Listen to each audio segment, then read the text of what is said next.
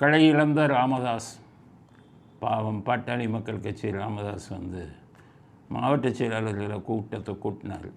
110 பேர் மாவட்ட செயலாளர் கூட்டினார். மற்ற நிர்வாகிகள்லாம் சேர்த்திங்கன்னா 216 பேர் மொத்தம் கூப்பிட்டார்.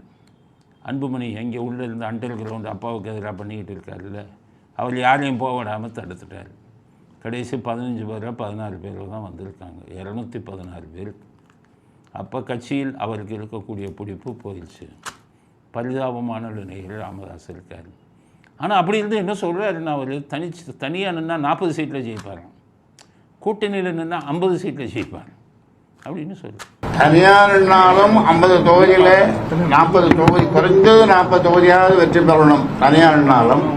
அப்போ கூட்டணியில் அது கூட்டணிக்கு அது ஒரு பெரிய பலம் தானே. அப்போ கூட்டணி நிச்சயமாக கூட்டணி உண்டு. தனியாக நின்று ஒரு சீட்டு தான் ஜெயித்தார். பண்ருட்டி ராமச்சந்திரன் முதல் தேர்தலில் 1 தான் ஜெயித்தார். அதுக்கப்புறம் 2, 3 இப்படி தான் ஜெயிச்சிருக்காரு.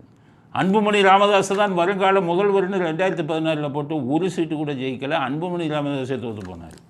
அப்புறம் இப்போ ரொம்ப கூச்சமே இல்லாமல் சொல்கிறார், 40 சீட்டு ஜெயிப்போம், கூட்டணியோட சேர்ந்து 50 சீட்டு. முதல்ல உங்கள் கட்சியை கையில் எடுங்க, உங்கள் கட்சியை கைப்பற்றுங்க, 40 சீட்டுக்கு அப்புறம் போகலாம். அவங்க பையன் கட்சியை கைப்பற்றிட்டு போகிறாரு, கேவலமாக இல்லையா? கட்சியை கைப்பற்றிட்டு போங்க. உங்களுக்கு நிறைய அரசியல் அனுபவம் இருக்குது. நான் உங்களுக்கு அட்வைஸ் சொல்ல வேண்டியதில்லை. இருந்தாலும் சொல்கிறேன், 216ல் 16 தானே வந்தான். 200 பேர் இந்த விளக்கம் கேட்டு நோட்டீஸ் அனுப்புங்க. 200 பேர் பதில் கொடுக்க மாட்டாங்க. கட்சியை விட்டு விளக்குங்க, பொறுப்பை விட்டு விளக்குங்க. புதுசாக 200 பேரை போட்டு கட்சியை கைப்பற்றுங்க. இல்லைன்னா அன்புமணி ராமதாஸ் கட்சியை கைப்பற்றிட்டு போயிடுவார். ரெடியாக இருக்கார், அவுரங்கசீப் மாதிரி ஆயிட்டார் அன்புமணி ராமதாஸ். கொஞ்ச நாளில் உங்களையே பாட்டாளி மக்கள் கட்சியை விட்டு அவர் விளக்குனாலும் விளக்கலாம், நீங்களே நீக்கப்படுவீர்கள்.